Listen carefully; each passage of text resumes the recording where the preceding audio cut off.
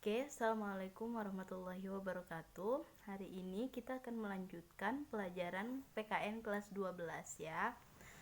Melanjutkan bab 5 bagian terakhir, yaitu tentang diplomatik, tentang hubungan diplomatik. Sebelum kita bahas, apa sih diplomatik itu? Jadi, diplomatik adalah perwakilan untuk mewakili negaranya dalam melaksanakan hubungan diplomatik dengan negara lain atau organisasi internasional. Jadi kayak setiap negara, contohnya Indonesia, itu pasti akan punya satu atau dua orang yang akan mewakili suara Indonesia di luar negeri, baik itu dalam hubungan dengan negara lain atau berhubungan dengan perkumpulan organisasi dunia kayak PBB. Nah, yang mewakilinya itu disebut sebagai seorang diplomatik. Jadi dia melakukan diplomasi dengan negara-negara lain yang mewakili suara dari Indonesia. Kemudian apa aja sih tugasnya diplomatik? Tugas diplomatik itu representasi, kemudian negosiasi, observasi, proteksi, dan persahabatan. Jadi dia bisa ikut mengomentari, ikut andil, ikut memberikan partisipasi, kemudian mewakili negara Indonesia dalam berbagai bidangnya dalam hubungan internasional, dan bisa menjadi suara Indonesia. Kemudian fungsi diplomatik. Apa fungsinya seorang diplomatik? Yaitu mewakili, melindungi, pengamat, menciptakan hubungan internasional dengan negara lain atau organisasi. Jadi dia punya tugas penting gimana caranya supaya Indonesia dikenal di luar negeri. Kemudian dalam hubungan internasional itu kita bisa memperbanyak negara-negara sahabat, negara-negara yang bekerja sama. Kemudian dalam organisasi-organisasi internasional itu kita mampu bersuara, mampu mempunyai peran dan ikut andil kayak misalkan di PBB. Kemudian kita lanjut ke bab 6 ya. Jadi yang diplomatik udah selesai sampai situ. Bab 6 adalah tentang strategi Indonesia dalam menyelesaikan ancaman terhadap negara. Ancaman apa? Ancaman itu banyak, bisa militer, politik, ekonomi, sosial budaya.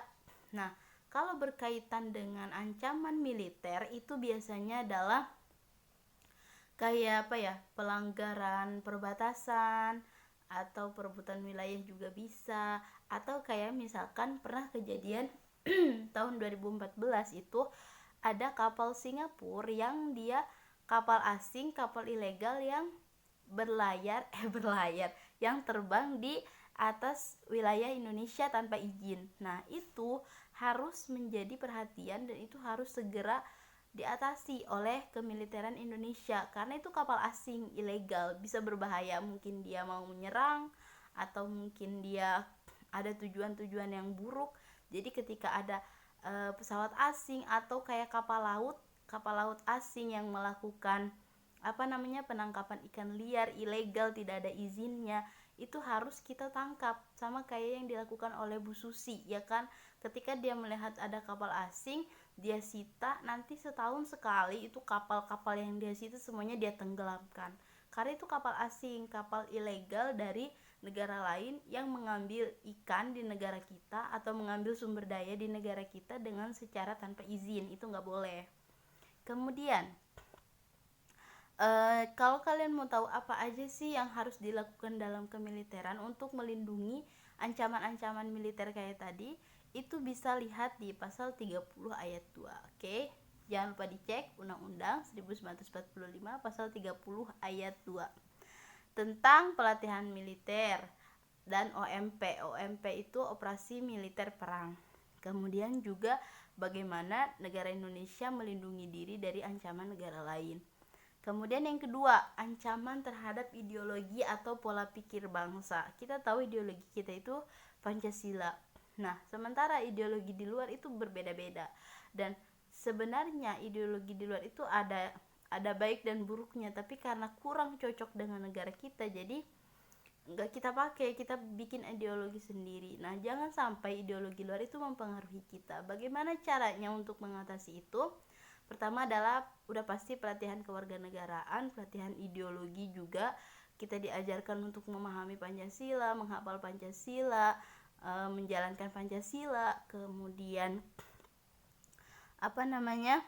melindungi diri dari ancaman-ancaman ideologi luar. Jadi jangan sampai semudah itu kita menerima pemikiran-pemikiran dari luar. Tetap kita harus saring, kita harus lihat sesuai nggak sama ideologi kita gitu.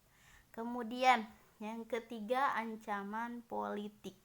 Ancaman politik itu bisa kayak misalkan perpecahan partai, atau parlemen yang buruk, atau korupsi dan segala macam. Itu bisa menjadi ancaman politik. Bagaimana cara mengatasinya? Yang pertama adalah memberantas KKN, korupsi, kolusi, dan nepotisme ya. Itu yang banyak sekali terjadi di parlemen yang ada di Indonesia. Kemudian meningkatkan partai-partai. Kemudian memperbaiki kabinet, meningkatkan demokrasi, meningkatkan sistem pemerintahan. Itu juga penting untuk memperbaiki kepolitikan di Indonesia. Kemudian yang keempat adalah ancaman ekonomi. Kalau ancaman ekonomi udah jelas ya, kayak devisa negara, kebutuhan pokok, kebutuhan pangan, ekspor impor, itu penting sekali. Lalu bagaimana untuk mengatasi ancaman ekonomi? Cara untuk mengatasi ancaman ekonomi adalah pertama, kita membuat sistem ekonomi nasional yang dipakai di seluruh Indonesia. Kemudian menghasilkan produk yang berkualitas. Kalau produknya berkualitas, ya kita juga nggak akan ragu untuk memakai produk lokal kan. Kemudian meningkatkan UMKM. UMKM itu kayak usaha menengah yang dia itu usaha kecil-kecilan. Itu harus dibantu, didorong oleh pemerintah supaya semakin maju, sehingga semakin banyak pengusaha-pengusaha dan perekonomian Indonesia menjadi lebih baik. Kemudian meningkatkan ekspor dan impor. Selanjutnya adalah ancaman sosial dan budaya. Ini bisa berlaku terhadap etika kita, atau terhadap adat istiadat kita, atau budaya-budaya peninggalan kayak batik, atau tarian, atau alat musik, dan segala macam. Ancamannya apa? Bisa hilang karena tidak pernah kita lestarikan, bisa diambil oleh negara lain, atau kita mengikuti etika barat yang tidak sesuai sekali dengan budaya kita yang sesungguhnya. Nah, bagaimana cara untuk mengatasi itu? Caranya adalah pertama, kita selalu melestarikan budaya. Budaya apa? Budaya gotong royong, budaya sopan santun, budaya ramah kepada orang lain meskipun kita nggak kenal. Kemudian menjaga adat istiadat kita setempat, selalu melestarikan bahasa daerah juga itu penting. Kemudian kita tidak serta-merta mengambil kebudayaan lain. Kayak misalkan, saya suka nih nonton drakor, akhirnya kita ngikutin budaya drakor, padahal itu tidak terlalu sesuai dengan negara kita misalkan ya.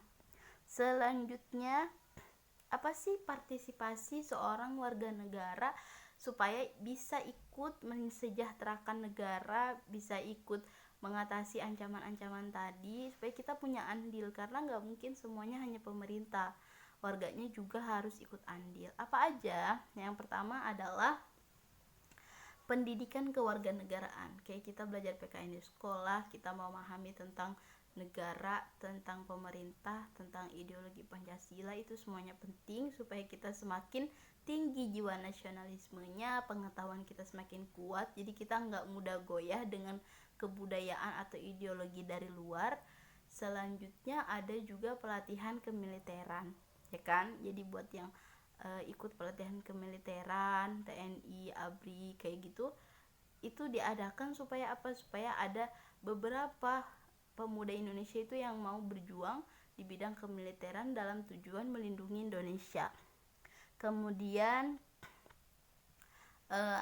lembaga TNI itu termasuk salah satu gimana ya nyebutnya, kayak sebuah sistem ya kan, salah satu bagian dari lembaga, cuma dia sifatnya lebih bener-bener melindungi Indonesia. Jadi dia itu biasanya ditempatkan di daerah perbatasan, kemudian kalau misalkan ada perang, nah itu TNI yang melakukannya, karena pelatihan TNI itu benar-benar luar biasa, benar-benar sulit, dan itu dibentuk untuk menjadi salah satu alat pengaman Indonesia dalam menjalankan kenegaraan supaya tidak mudah diserang, tidak mudah dihancurkan oleh negara lain.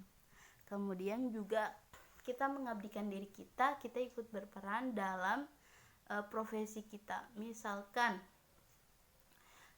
seorang dokter. Nah, si seorang dokter dia punya peran sebagai profesi dia. Apa perannya? Membantu menyembuhkan orang-orang yang sakit di Indonesia. Itu kan peran dia untuk melindungi, untuk mensejahterakan Indonesia. Bayangin kalau nggak ada dokter di Indonesia, semua orang yang sakit nggak ada yang ngurusin kan. Atau kayak misalkan guru itu berusaha untuk mengajar, memberikan ilmu, mencerdaskan anak bangsa, sehingga anak bangsa itu punya banyak pengetahuan untuk bekal dia kelak, untuk dia lebih menjadi warga negara yang baik, manusia yang berilmu, kayak gitu contohnya. Nah, untuk hari ini sampai di sini saja. Untuk tugasnya kalian bisa coba cari minimal 5 profesi yang bisa membantu Indonesia. Kayak tadi kan udah dijelasin, guru sama dokter. Coba profesi apa yang punya peranan juga untuk membantu Indonesia dalam mengatasi berbagai ancaman, mau sosial, budaya, ekonomi, politik, dan lain sebagainya ya. Tapi yang 5 itu jangan nulis dokter sama guru lagi ya, oke? Dan paling terakhir dikumpulkan hari Rabu. Jangan lupa kumpulkan tugasnya dan absen di Google Classroom. Oke, kurang lebihnya saya mohon maaf. Assalamualaikum warahmatullahi wabarakatuh.